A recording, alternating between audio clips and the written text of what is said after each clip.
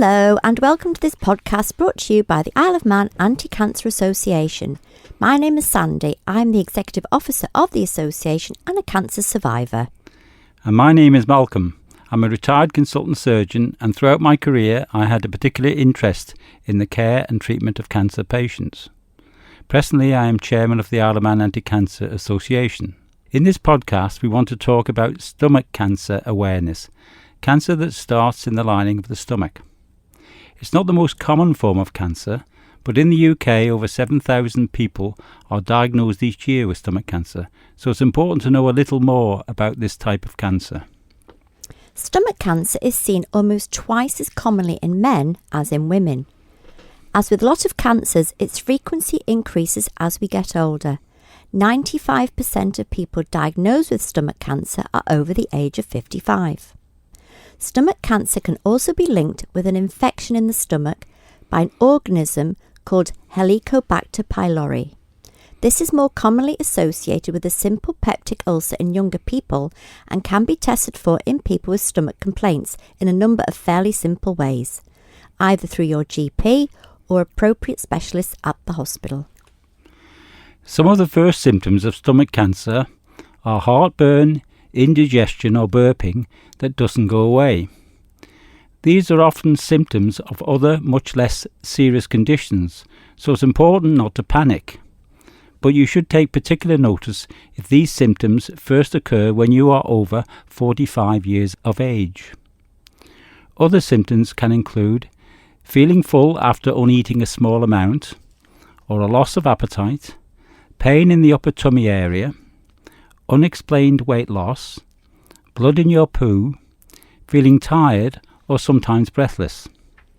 If you have any of these symptoms over a period of time, and certainly if they have been present for more than 3 weeks, please talk to your doctor about it. It could be something far less significant than stomach cancer, but it's always best to get any symptoms checked out. So, is there anything we can do to reduce our risk of getting stomach cancer?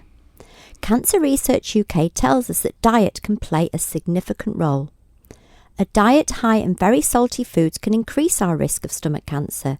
Choosing foods that contain less salt will reduce your risk.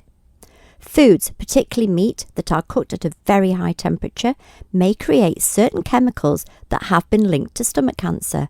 Avoiding a lot of charred, smoked or preserved foods such as burgers, bacon and sausages will reduce any such risk. Choosing a diet that's high in fresh fruit and vegetables is known to reduce the risk of stomach cancer, as well as being beneficial for your overall health and well-being.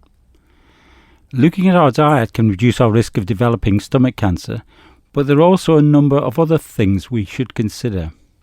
Smoking and being overweight, as for many cancers, are also associated with an increased risk of developing stomach cancer. As we say every time, if you are concerned about any possible symptoms, talk to your GP. It's always best to get any possible symptoms looked at. The chances are that it's something minor that can be easily treated to ease any discomfort, but it's best to get checked out. As with all cancers, stomach cancer is easier to treat if it's found early. There's no screening test available for stomach cancer, but there is a relatively simple investigation available that you will be fast-tracked for by your GP if you have suspicious symptoms. So let's just remind ourselves of the possible early symptoms of stomach cancer. These are heartburn, indigestion or burping that doesn't go away, particularly if you are over 45 years of age, feeling full after only eating a small amount, or loss of appetite, pain in the upper tummy area, unexplained weight loss, blood in your poo, feeling tired or sometimes breathless. For more information on stomach cancer, you can visit cancerresearchuk.org, and of course on the island you can contact the Macmillan Cancer Information Centre.